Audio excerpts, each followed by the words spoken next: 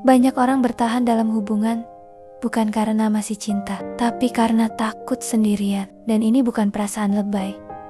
Ini fakta psikologi. Otak manusia secara alami lebih takut kehilangan daripada menghadapi rasa sakit baru. Makanya, ketika hubungan mulai berubah, komunikasi makin dingin, perhatian makin jarang, seseorang cenderung bertahan sambil bilang ke dirinya sendiri, mungkin nanti juga membaik. Masalahnya, emosi yang dipendam tidak pernah benar-benar hilang. Menurut psikologi hubungan, perasaan yang tidak diungkapkan akan disimpan otak sebagai beban emosional. Awalnya, kamu masih bisa tertawa dan ngobrol, tapi di dalam kepala, kamu mulai sering mikir sendiri dan merasa sendirian. Padahal kamu punya pasangan. Banyak orang salah paham soal cinta. Mereka pikir cinta itu soal bertahan sejauh mungkin. Padahal cinta yang sehat juga tahu kapan harus jujur. Faktanya, orang yang terlalu sering mengalah dalam hubungan perlahan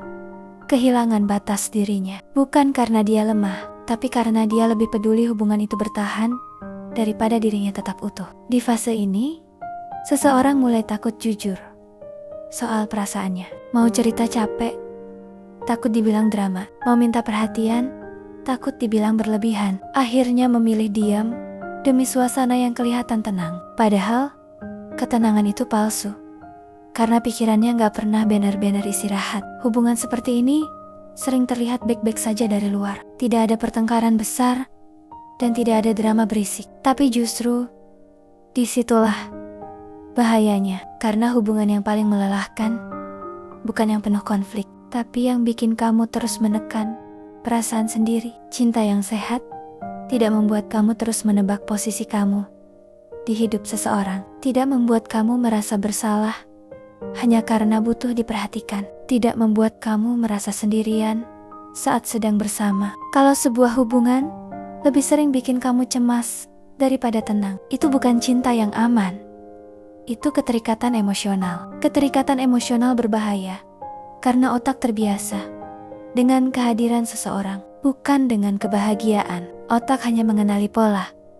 Jadi, meskipun hubungan itu menyakitkan, selama polanya familiar, otak akan memilih bertahan. Itulah kenapa melepaskan terasa lebih berat daripada bertahan. Kalau kamu sedang berada di posisi ini sekarang, merasa capek tapi bingung mau pergi atau bertahan, ingat satu hal, kamu tidak lebay, kamu tidak lemah. Kamu hanya sedang sadar, dan kesadaran itu seringkali jadi langkah pertama menuju hubungan yang lebih sehat, termasuk dengan diri kamu sendiri.